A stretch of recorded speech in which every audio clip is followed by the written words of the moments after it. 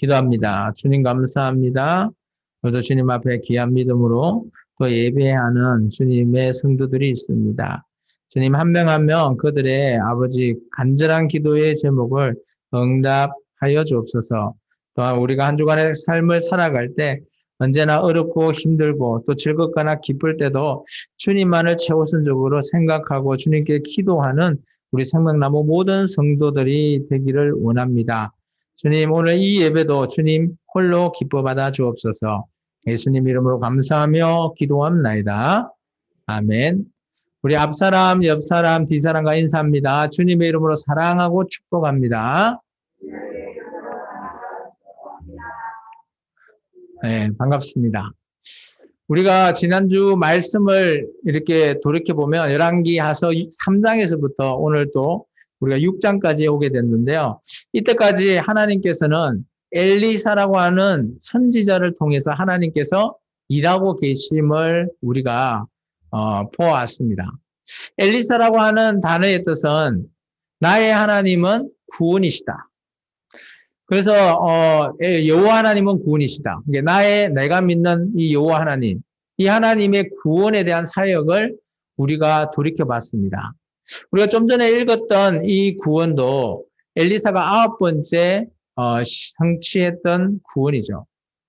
우리가 구원이라고 하면 여러분이 떠오르는 게 뭡니까? 가장 먼저 떠오르는 구원 뭘까요?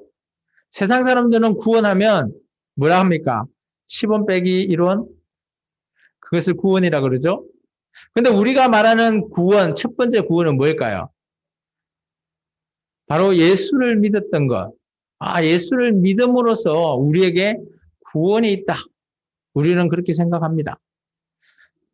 그렇게 생각하지 않나요? 아멘. 우리는 그렇게 생각하죠. 그렇기 때문에 지금 예수를 믿고 오늘 예배를 하는 겁니다. 그래서 우리의 구원은 예수 그리스도로 말미암아 시작된다고 해도 과언이 아니죠. 그래서 많은 자들에게 우리가 믿지 않는 자들에게 야 예수 한번 믿어봐 라고 소개하지 않나요? 그게 바로 전도라는 거죠. 예수님을 소개하고 내가 믿는 예수님을 또 전하고 그런 예수를 통해서 너도 한번 믿고 구원 한번 받아봐라. 그렇게 말할 때 세상 사람들은 뭐라 그러죠? 좀 싫은 사람은 너나 받아라 하지 않나요? 나는 됐으니까 너 많이 받아라. 맞나요? 제가 전도할 때 간혹가다 이런 얘기를 듣긴 합니다. 나는 됐고 당신이나 많이 받으시오. 근데 그런 사람은 왜 그런 얘기를 할까요? 그거는 이 예수 그리스도를 믿는 것 그리고 구원이라는 것에 대해서 그들은 생각하고 있지 않아요. 그죠? 모르기 때문이기도 하고요. 그 구원의 가치가 어마어마하게 크다라는 아마 그런 사람들에게 다이아몬드 큰 거 갖다 주면 좋다고 받을걸요? 근데 그 사람도 그 다이아몬드에 대한 가치를 알잖아요. 근데 구원이라고 하는 예수 그리스도를 믿는 구원이라는 것은 그 사람들이 그 생각했던 그 큰 다이아몬드보다 더 크다라는 거예요. 근데 그 사람들은 그 가치를 모른다라는 거죠. 그래서 우리가 성경을 읽을 때는 정말 이 성경을 통해서 정말 우리에게 어떤 가치가 있는지를 우리는 눈여겨볼 필요가 있다라는 거예요. 그 첫 번째가 구원이라는 거죠. 예수 그리스도의 믿음으로 말미암아 구원이 시작이 되는 겁니다. 그래서 구원이 그러면 예수님만 믿고 끝나냐? 아니라는 거죠. 또 다른 구원이 있습니다. 오늘 이 엘리사 선지자의 오늘 생도들 여기 보면 6장 1절에 보면 선지자의 제자들이죠. 오늘날 같으면 신학교의 신학생들 그리고 이제 오늘날 같으면 이 목회자가 되기 위해서 그죠? 전도사님들, 뭐 강도사님들, 뭐 목사 예비 후보생들 이런 사람들일 겁니다. 이런 사람들이 많이 모였나 봐요. 엘리사 선지자가 오늘 지난주에 우리가 나아만 사건을 우리가 눈여겨봤잖아요. 그죠? 아람 군대 대장인 나아만이 어때요? 물에 들어갔다 나왔는데 애기같이 그 나병이 다 고쳐져 버린 거죠. 아마 그 소문이 옆에 두루두루 퍼지지 않았을까요? 이 사람은 이스라엘 사람이 아니에요. 그죠? 바로 옆 나라에 늘 이스라엘을 쳐들어오려고 먹으려고 호시탐탐 노리고 있는 그 나라의 군대 장관이라는 사람인 나아만이 이 북이스라엘 와서 병이 고쳐졌다? 오늘날 같아도 어마어마한 뉴스에 아마 그죠? 일면에 실릴 정도의 뉴스일 겁니다. 그러다 보니까 아마 선지생도들이 많이 모인 것 같아요. 그래, 여기는 소개하고 있지 않은데, 보통 엘리사가 여러 군데를 가지만 가장 많이 오래 머물러 있는 곳이 바로 사마리아라고 하는 북이스라엘 수도의 사마리아에 보통 많이 머물러 있습니다. 근데 오늘 이곳이 너무 좁아서 어디로 가자고요? 여기 보면 요단이라고 2절에 얘기하고 있습니다. 요단. 근데 요단이라고 하면 우리가 요단강이 있잖아요. 그 요단강 어느 쪽인지 정확하게 알 수는 없어요. 쉽게 말하면 이런 거예요. 우리 지금 광주나 마찬가지, 그죠? 강이 흐를 때 우리가 영산강이라고 되어 있잖아요. 영산강. 영산강이 어디서 어디로 흐르죠? 광주를 거쳐서 나주 거쳐서 목포까지 흐르는 강이거든요. 그런데 오늘 이 2절의 표현처럼 요단에 집을 짓자. 그러면 영산강에 집을 짓자라고 하면 똑같은 거예요. 어디인지는 몰라. 하여튼 영산강 줄기 어느 곳에 짓는 거예요. 이게 성경은 정확하게 요즘같이 GPS가 너무 잘 돼 있으면 GPS 내비로 딱 찍으면 딱 도착할 수 있으면 얼마나 좋겠어요. 근데 성경은 그렇게 기록하고 있지는 않아요. 근데 아마 엘리사를 추종하는 그죠? 선지생도들이 아마 많이 늘었던 것 같아요. 그러면 잘 한번 생각해 볼까요?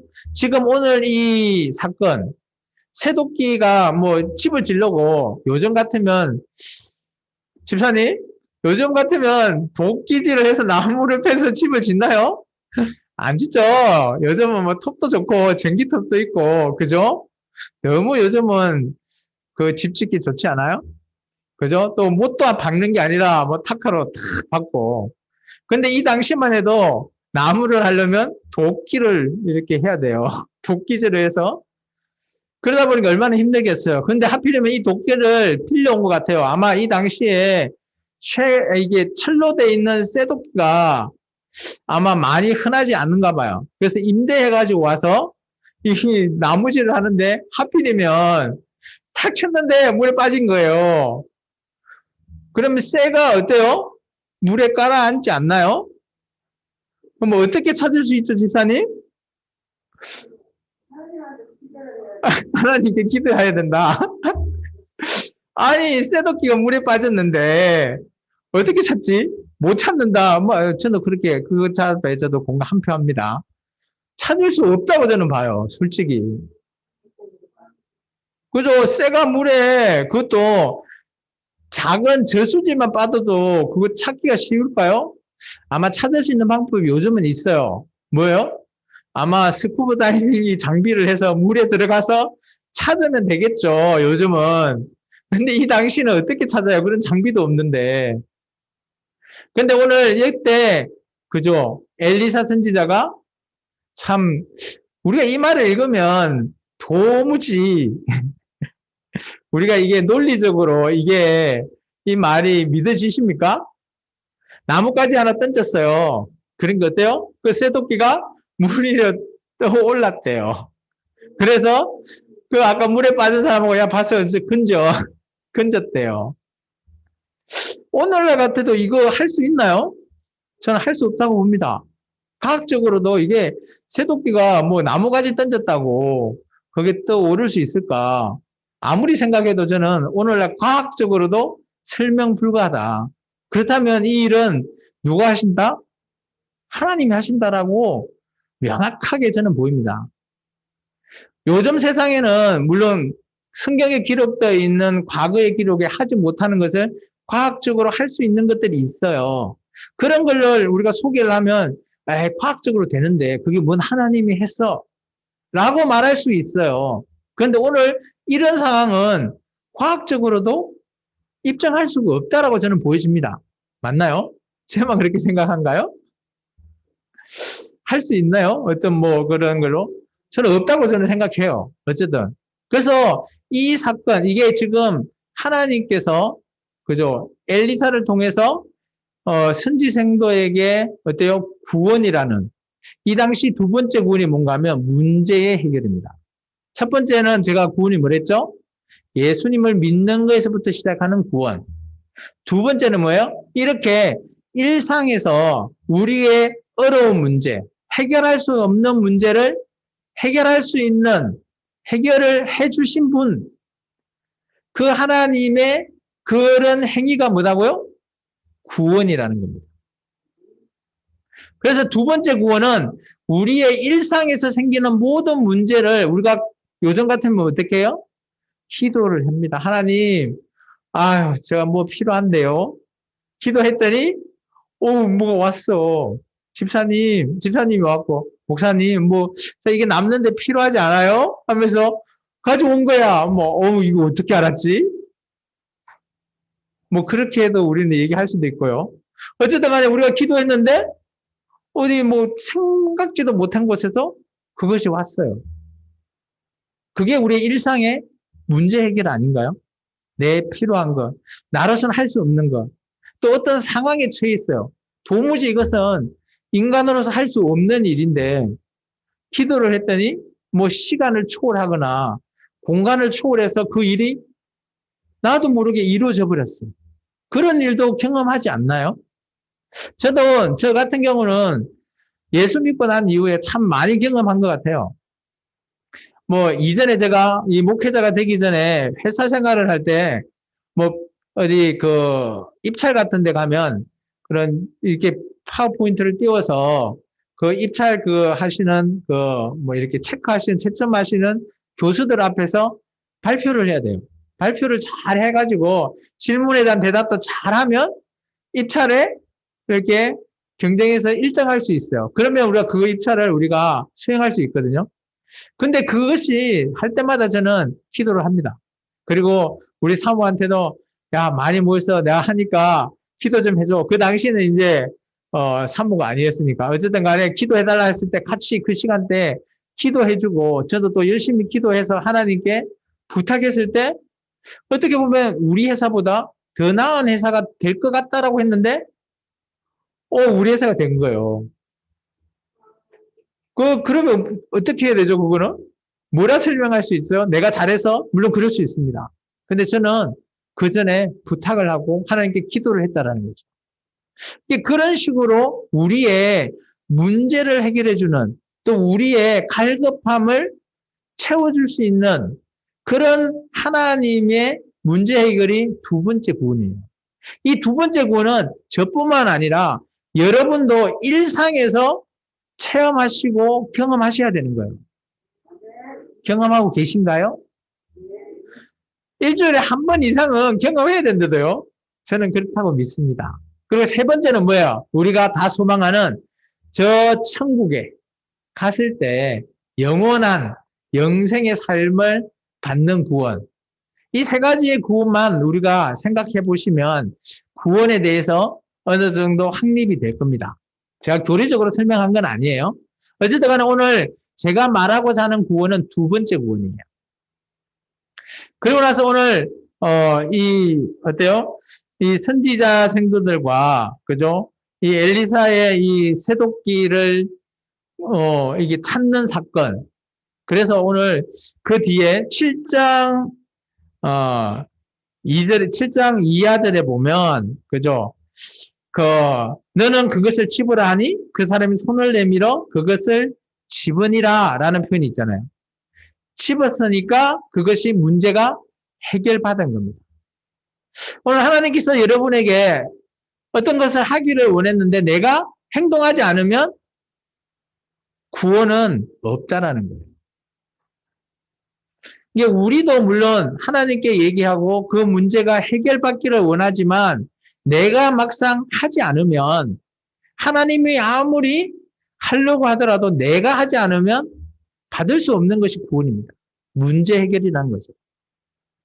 그리고 이제 8절 이후부터는 아까 아람 나라 있잖아요. 아람 나라의 군대가 이스라엘의 민족에게 이렇게 좀 또 호시탐탐하게 노린다 그랬잖아요. 노리려고 이렇게 진을 쳐서 우리가 어디에 가서 이 나라를 한번 쳐볼까라고 한 거예요. 그런데 놀랍게도 자기들이 어느 그쯤에 곳에 딱 있는데 이스라엘 군대가 와서 막 이겨버리는 거예요. 그러니까 이 아람 왕은 어떻게 생각할까요? 우리 중에 혹시 스파이가 있나? 이게 보통 우리가 전쟁을 하면 스파이라는 게 있어요. 그죠? 적군의 어떤 첩자를 만들어서 정보를 알려줘서 쉽게 이길 수 있게끔 그런 스파이를 전쟁을 하면 꼭 남겨둡니다. 지금 우리 때도 마찬가지예요. 지금도 마찬가지고요. 그죠? 세계 1차 대전, 2차 대전, 여러 가지 전쟁이 있을 때마다 스파이들이 많았어요. 냉정시대 때도 러시아와 미국의 스파이 사건들도 어마어마하게 많이 일어나는 겁니다. 그러다 보니까 이 아람 왕은 어떻게 생각했을까요? 우리 중에 첩자가 있다. 저는 이렇게 생각합니다. 아람 왕이 생각하는 그 첩자가 누구다? 저는 나아만이 아닐까. 왜냐? 나아만이 북이스라엘 가서 병을 고치고 왔잖아요. 그리고 자기가 섬기는 님몬신 안 섬기고 이제 여호와 하나님만 섬기겠다라고 물론 엘리사한테만 얘기했는데 그래도 아람 왕 눈에는 이 나아만이 걸리는 거죠. 맞나요? 그래서 도저히 안 되겠다. 그래서 우리가 어떻게 한다? 우리가 정예 부대를 모아서 이 북이스라엘을 한번 치러 가자라고 한 겁니다. 그래서 특공대를 조직을 해서 이스라엘을 치러 온 겁니다. 이때 엘리사가 이것을 알까요, 모를까요? 다 알죠. 하나님께서 가르쳐 주셨으니까. 그런데 이제 그 군대가 쳐들어왔을 때 어때요? 엘리사의 사환이 그 군대를 보고 엘리사한테 얘기하죠. 그 많은 군대가 오고 있다. 라고 했을 때 엘리사가 걱정 마라. 우리는 천군 천사가 우리 군대다. 라고 얘기합니다. 그러면서 그 천군 천사를 오늘 보여주죠. 그러니까 이 사환이 보고 우와 우리가 이기겠다. 라고 생각합니다. 그런데 놀랍게도 그들이 왔을 때 엘리사가 그들의 눈을 멀게 해서 보이지 않게끔 만듭니다. 그걸 하나님께 기도해요. 그러니까 그들이 아무것도 생각할 수 없이 캄캄하니까 주위가 그런데 어떤 한 사람이 와서 나를 따라와라. 내가 저 사마리아 성까지 그 이스라엘을 치려고 하니까 그곳에 내가 데려다 주겠다라고 하는 거예요. 그래서 데리고 간 겁니다. 그리고 나서 또 이제 실제 와서 이제 엘리사가 기도하죠. 이 사람 눈을 뜨게 해달라. 그 눈을 탁 떴는데 보니까 사마리아 수도 딱 한가운데 자기들이 다 둘러싸여져 버렸어요. 이때 이스라엘 왕이 엘리사한테 얘기하죠. 이들 내 죽일까요? 라고 했을 때 엘리사가 이렇게 합니다. 그렇게 하지 마라. 이들에게 먹을 거 주고 돌려보내세요. 어때요? 엘리사는 전쟁하지 않고 그 전쟁에서 이겨버리는 겁니다. 그리고 나서 이들이 돌아가고 난 이후에 어때요? 한동안 전쟁이 없었어요. 우리 그 20절 한번 볼까요? 23절. 23절 보면 그 하반절에 보면 이렇게 되어 있습니다. 아람 군사의 부대가 다시는 이스라엘 땅에 들어오지 못하니라. 들어오지 못한 게 아니라 안 들어왔겠죠. 그들의 그런 하나님의 선지자에 대한 두려움도 있을 거고요. 아니면 하나님이 계획하고 있었을 수도 있고요. 아람 왕 입장에서는 그 모든 것들이 다 자기의 모든 것들이 다 전략이 어때요? 다 적군에게 밝혀져 버리니까 할 수 있는 게 없는 겁니다. 그러다 보니까 다시는 이라면 영영 안 들어온다고 하죠. 그렇게 보진 않아요. 24절에 보면 그 이후에 다시 한 번 더 쳐들어옵니다. 그렇다면 어때요? 한동안은 이 사건으로 말미암아 아람 왕이 어때요? 이 이스라엘을 쳐들어오는 것을 보루했다라고 저는 보여집니다. 우리 말씀을 한번 읽어볼까요? 우리 8절에서부터 23절까지의 말씀입니다. 제가 이제 여러분한테 한번 읽어보겠습니다. 그때 아람 왕이 이스라엘과 더불어 싸우며 그의 신복들과 의논하여 이르기를 우리가 아무데 진을 치리라 하였더니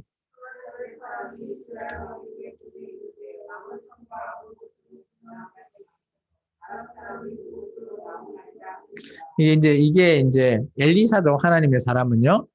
그리고 이스라엘 왕이 하나님의 사람이 자기에게 말하여 경계한 곳에 사람을 보내 방비하기가 한두 번이 아닌 적이 여러 번 있었던 것 같아요.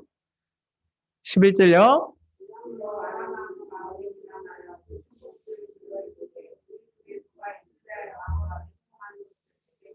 이제 스파이가 있는 것 같다. 뭐 당연히 의심하겠죠. 저도 그렇게 의심이 됩니다. 그 신복 중에 한 사람이 이르되 우리 주 왕이여 아니로소이다. 오직 이스라엘 선지자 엘리사가 왕이 침실에서 하신 말씀을 이스라엘 왕에게 고하나이다 하는지라.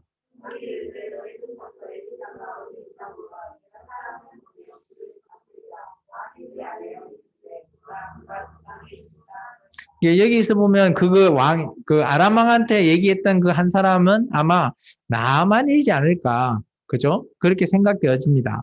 여기 도단이라는 곳이 나오죠. 도단이라는 곳 혹시 기억나시나요? 도단이라는 지역 들어보지 않았어요? 이게 창세기에 나와요. 도단이 창세기 때 요셉이 자기 아버지의 말씀을 듣고 어디요? 자기 형들을 찾으러 갔는데 그 형들이 도단에 있는 거죠. 그때 그곳에서 어디요? 애굽으로 팔려간 그곳이 도단이에요. 이게 사마리아에서 한 17km 정도 되는 지역이라고 합니다. 왕이 이에 말과 병거와 많은 군사를 보내매 그들이 밤에 가서 그 성읍을 에워쌌더라.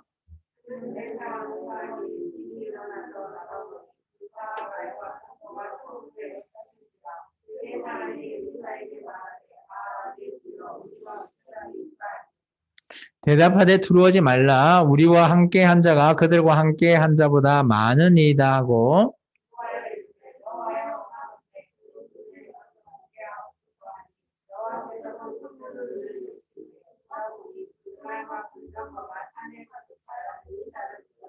자, 이거 보면 그죠? 사안의 눈을 늘게 한다. 이 눈은 영적인 눈인 것 같아요. 제가 봐도. 그래서 보이지 않는 걸 보게 했는데 그때 불말과 불병거가 산에 가득하다. 이게 아마 천군천사의 그런 군대 뭐 그렇게 보여집니다. 아람 사람이 엘리사에게 내려오매 엘리사가 여호와께 기도하여 이르되 원하건대 저 무리의 눈을 어둡게 하옵소서 하매 엘리사의 말대로 그들의 눈을 어둡게 하신지라.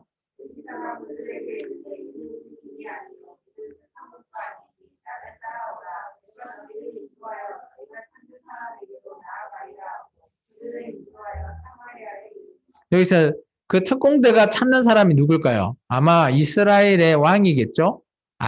여호람이라고 하는 아마 왕을 죽이려고 보낸 특공대니까. 그래서 이제 엘리사가 눈을 어둡게 했다는 거예요. 우리가 눈을 어둡게 한다고 이 정도로 안 보일까라는 생각도 저는 좀 들긴 합니다. 사마리아에 들어갈 때에 엘리사가 이르되 여호와여 이 무리의 눈을 열어서 보게 하옵소서 하니 여호와께서 그들의 눈을 여심해 그들이 보니 자기들이 사마리아 가운데 있더라.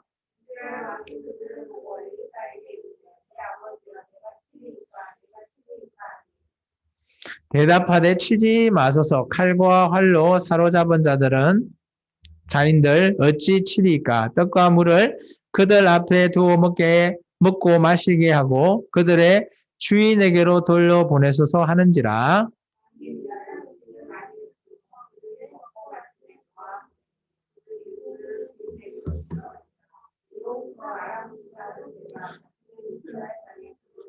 아람 군대가 다시는 이스라엘에 못 들어왔다라고 하죠. 근데 아마 이게는 다시는이라는 이는 우리식의 이제 번역이고요. 저는 한동안으로 번역하면 좋겠다 싶어요.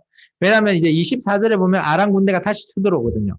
이제 그래서 한동안은 이 사건으로 말미암아 어때요? 아람 왕도 그러고 그 특공대들도 여기 가면 엘리사 선지자가 하나님의 종이 정말 어마어마하구나. 이렇게 좀 두려움이 있었던 것 같아요.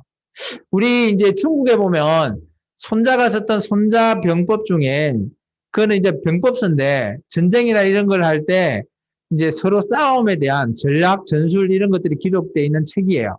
근데 손자가 이런 얘기를 합니다. 가장 최상의 승리의 전쟁에서 승리하는 법이 뭐냐? 전쟁하지 않고 이기는 법이래요. 오늘 이 엘리사 선지자가 어때요? 전쟁하지 않고 이겼죠. 저는 이거 보면 손자병법의 그 손자가 썼던 손자병법의 내용의 그 가장 베스트한 승리, 그 승리가 아마 엘리사의 승리가 아니냐라고 저는 생각되어집니다. 이게 피 한 방울 보지 않고 어떻게 보면 자비를 베풀어서 전쟁이 없다라는 것. 어마어마한 거죠. 왜냐하면 나라와 나라끼리 요즘도 물론 뭐 조금 미국과 중국이 너무 좀 그러죠. 경제적인 전쟁 뭐 이렇게라고 하는데 파국에 이렇게 치닫다 보면 서로 간에 나라끼리 불신하다 보면 전쟁이 날 수밖에 없어요.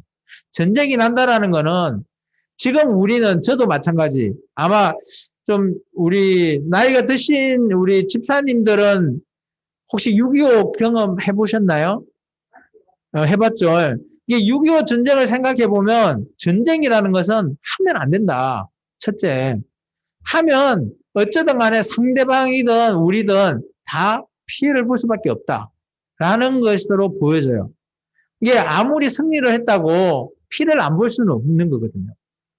그렇기 때문에 전쟁의 피해는 정말 백성들도 힘들고 싸우는 물론 뭐 군인들도 뭐 생과 사를 넘나들겠지만 그 남아있는 어린아이와 뭐 여자들 이런 사람들도 고통이에요. 그리고 전쟁이 나면 피폐해지니까 먹을 것도 없죠. 환경이 그만큼 힘들어지는 거예요. 그런 상황에 오늘 이 엘리사의 국가적인 문제를 해결하는 이런 구원, 이게 저는 또 하나님의 구원이지 않나라고 보여집니다. 아마 이 사건을 통해서 가장 먼저 깨달아야 될 사람이 누굴 것 같습니까? 이런 사건을 보면, 이거 하나님이 일하셨네. 라고 말할 수 있는 사람이 누굴까요? 이 상황에서. 저는 북이스라엘 왕이 이렇게 깨닫고 말을 했어야 된다라고 저는 느껴져요. 그런데 이 왕은 아무것도 안 해요. 눈으로 봤어요. 기적을 봤죠. 그런데 하나님이 하신 것 같아요. 왜냐? 엘리사 선지자, 하나님의 사람이 행했잖아요. 한 걸 봤죠, 기적을. 봤다고 이 이스라엘 왕은 바뀌어야 되는데 하나도 안 바뀌는 거예요. 쉽게 말하면 이런 겁니다. 우리 중에 예수님을 전도하러 갔는데, 그죠? 어때요? 야, 내가 예수님이, 눈먼 이 맹인을 눈을 고쳐서 잘 봐? 하면서, 어때요?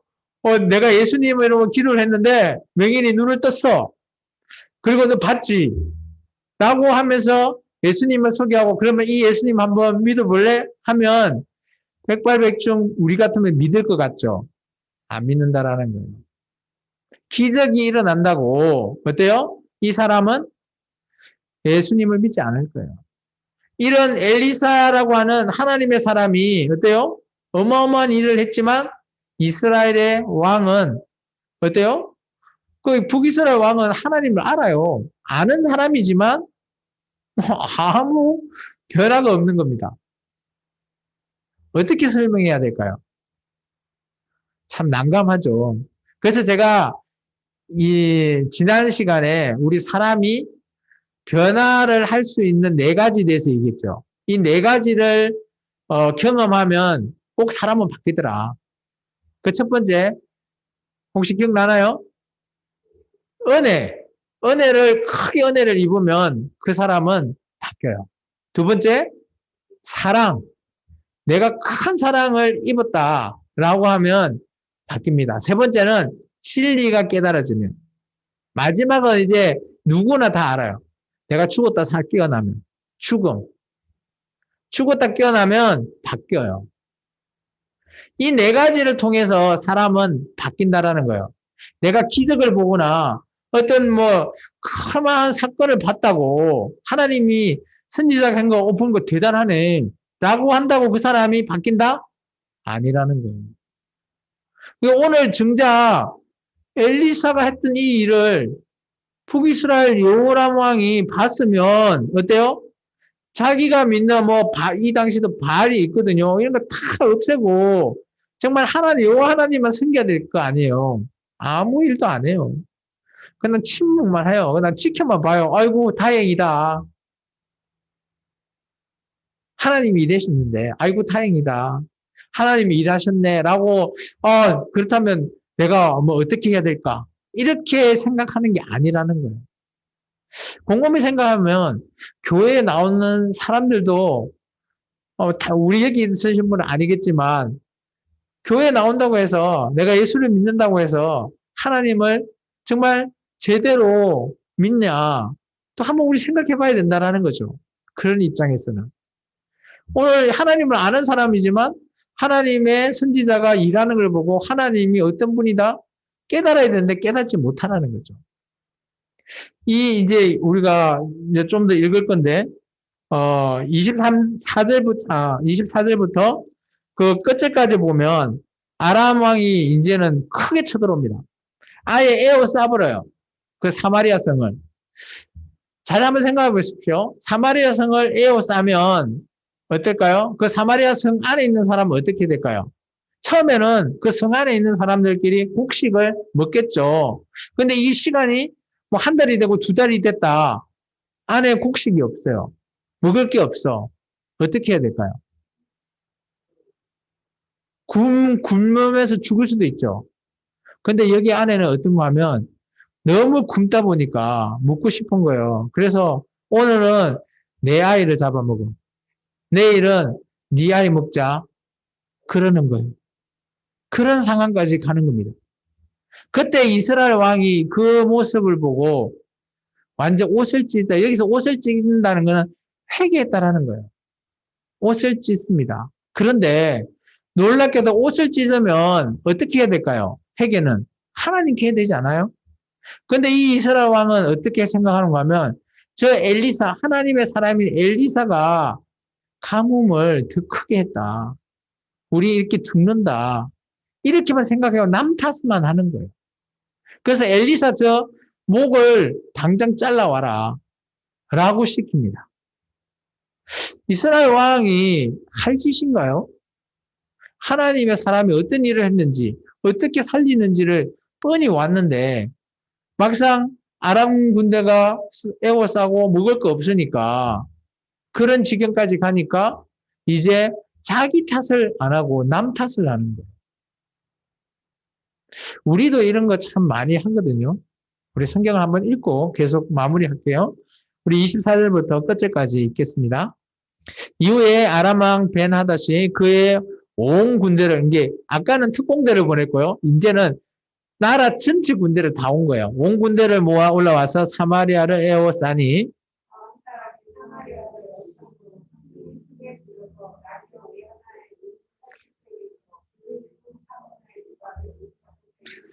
이게 뭔 말인지 알겠어요? 당나귀 머리 혹시 먹어보신 분? 이 말이 뭔가 하면 당나귀 머리도 먹을 게 없으니까 팔린다라는 거예요. 여기 세겔이라고 나오잖아요. 그죠? 이 한 세겔이 요즘 같으면 우리 근로 대기소에 보면 장정 한 명의 그 품삯이 4일 정도 품삯으로 보시면 돼요. 한 세겔이. 그러면 이 80세겔이면 어마어마한 돈에 팔린다라는 거예요. 네. 그리고 그 다음에 보면 비둘기 똥이잖아요. 이 비둘기 똥을 이제 그 원어로 보면 하품태라고 하는데 이게 진짜 비둘기의 똥인지 아니면 또 이런 얘기도 있습니다. 학자로는 뭔가 있는가 하면 하품태라고 하는 비둘기 똥이라 불려지는 식물. 혹시 우리 나이 드신 집사님들 아마 아실 거예요. 지콩 열매라는 거 혹시 아세요? 지콩 열매? 저는 잘 모르겠는데 그런 게 있나 봐요. 그게 식물이래요. 지똥 열매? 예, 그게 풀 이름이니 지똥이래, 지똥. 그런 게 있대요. 저는 몰라요. 저는 잘 모르겠는데, 지똥 열매라 해서 풀에 나는 그 안에 열매가 있나 봐요. 그게 지똥 열매로 불려진대요.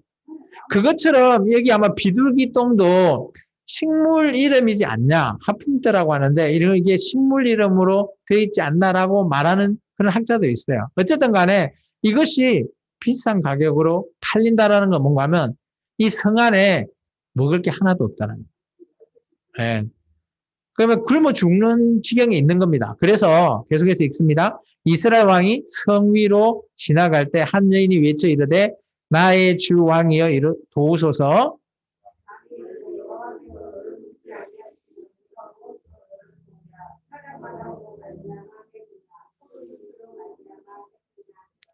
또 이르되 무슨 일이냐 하니 여인이 대답하되 이 여인이 내게 이르기를 내 아들을 내놓아라. 우리가 오늘 먹고 내일은 내 아들을 먹자 하매.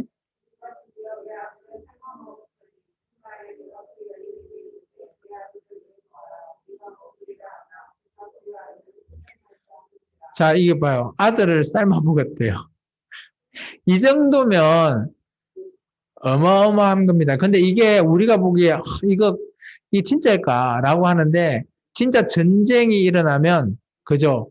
이렇게 이건 좀 어떻게 보면 조금 우리가 생각하기에 너무 과하지 않나라고 생각할 수 있지만 진짜 사람이 굶어서 죽을 지경에 들면 어떤 거든 다 먹는다고 합니다.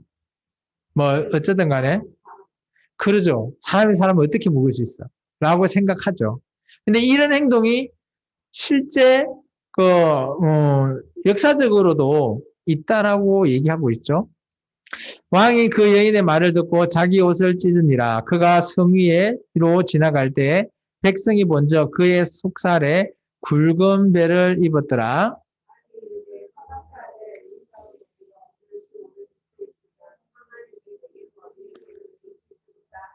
자, 왕이 저는 이 31절 참 이해가 안 돼요. 그죠? 왕이 자기 옷을 찢었다면 그 백성을 위해서 어떻게 할지 아니면 아람 군대에 가서 항복을 해서 뭐 어떻게든 해야 되는데 오늘 이 왕은 어때요? 엘리사의 머리를 그냥 잘라가 말아요. 참 이게 남 탓하는 거잖아요. 남 탓. 자기 탓이 아니라 내가 잘못해가 아니라 그 엘리사라고 하는 저 사람이 잘못해서 이 지경까지 왔다. 라는 거죠.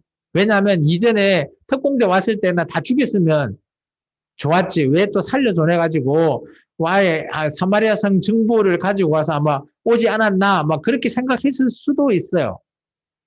어쨌든 간에 이 왕은 자기 탓을 안 하는 겁니다. 그때 엘리사가 그의 집에 앉아 있고 장로들이 그와 함께 앉아 있는데 왕이 자기 처소에서 사람을 보냈더니 그 사자가 이르기 전에 엘리사가 장로들에게 이르되 너희는 이 살인한 자의 아들이 내 머리를 베르고 사람을 보내는 것을 보느냐 너희는 보다가 사자가 오거든 문을 닫고 문 안에 들이지 말라 그의 주인의 발소리가 그의 뒤에서 나지 아니하느냐 하고.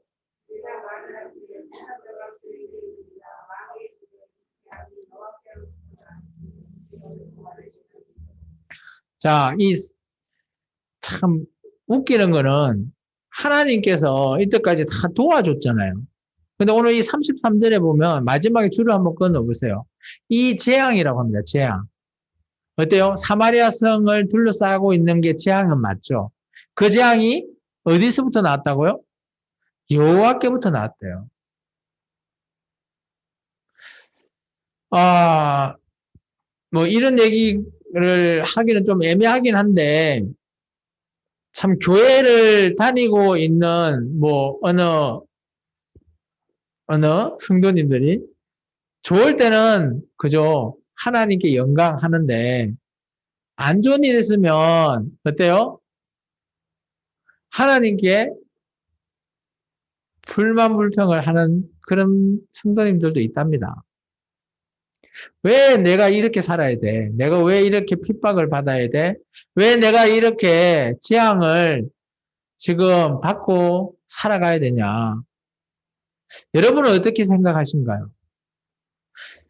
예수를 믿고 구원받은 성도들인데 우리는 이런 성도들이 고난을 받을 수 있다? 여겨지십니까? 아니면 언제나 고난은 없다. 나는 언제나 평화하고 평강만 누리고 살아야 된다. 그렇게 생각하십니까? 근데 성경은 이렇게 얘기하고 있어요.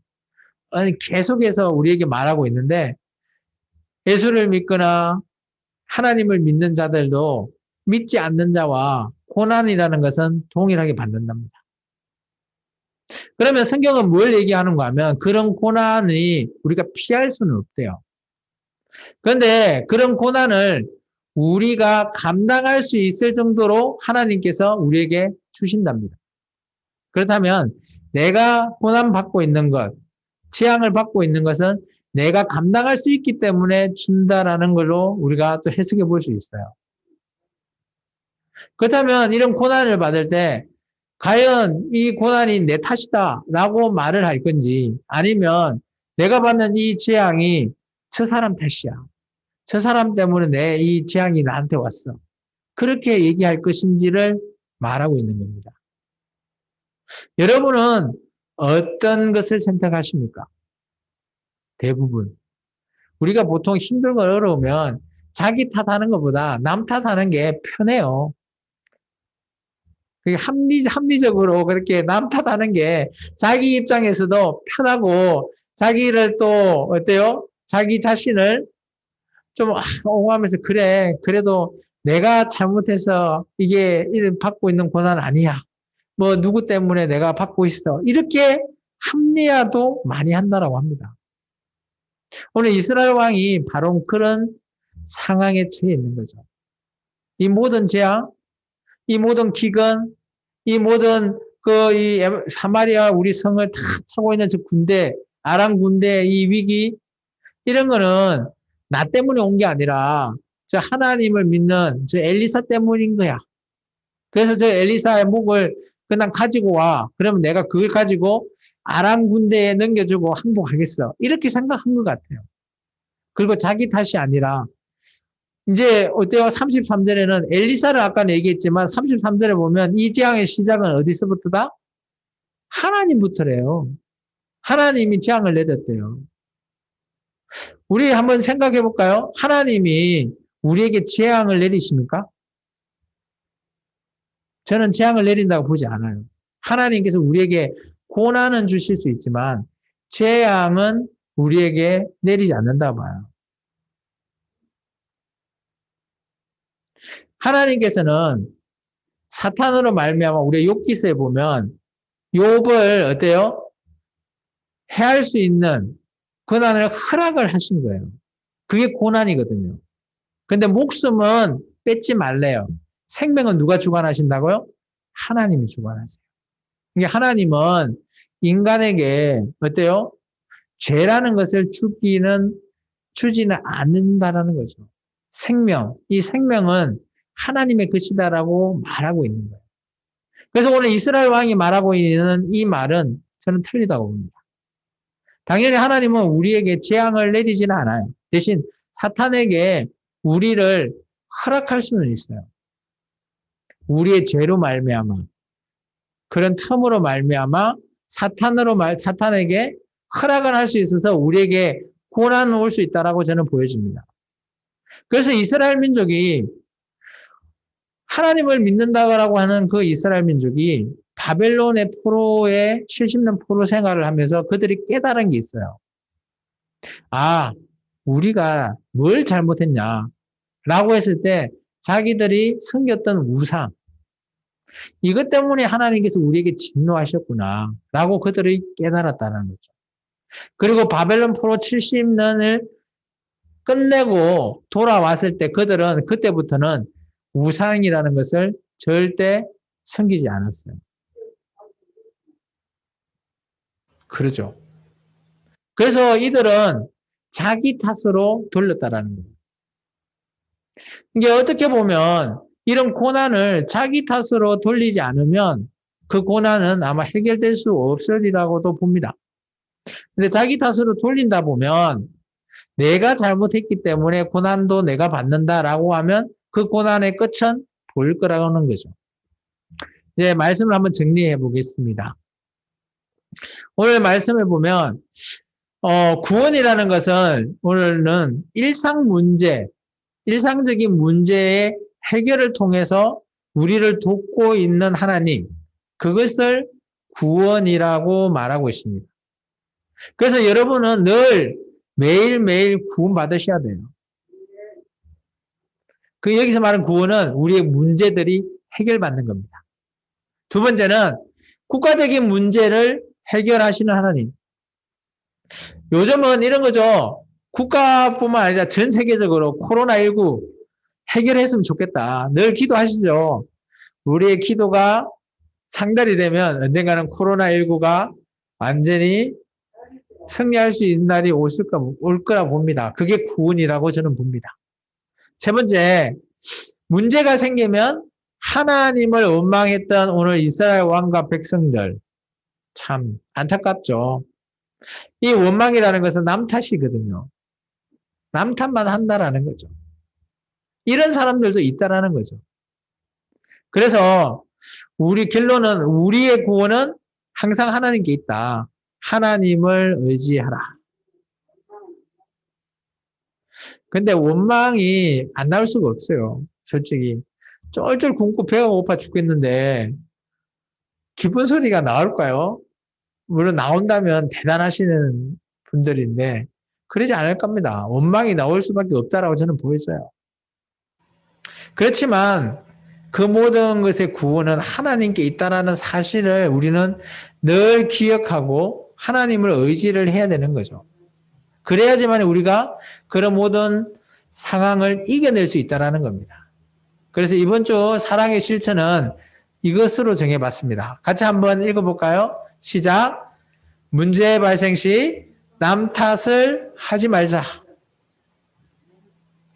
한번 돌이켜보시기 바랍니다. 혹여나 내가 어떤 문제 나면 내 탓이 아니고 남 탓이다 라고 말하고 있는지, 그렇다면 오늘 한번 바꿔보시기 바랍니다. 아, 내 때문이구나. 내 탓 하십시오.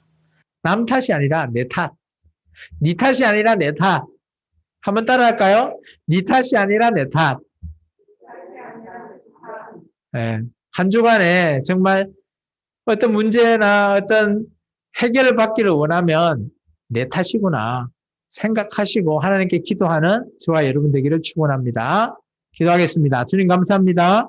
오늘 귀한 말씀으로 주님 앞에 또 믿음으로 바로 서는 우리 생명나무 모든 성도들이 되게 도와주옵소서. 예수님 이름으로 감사하며 기도합니다.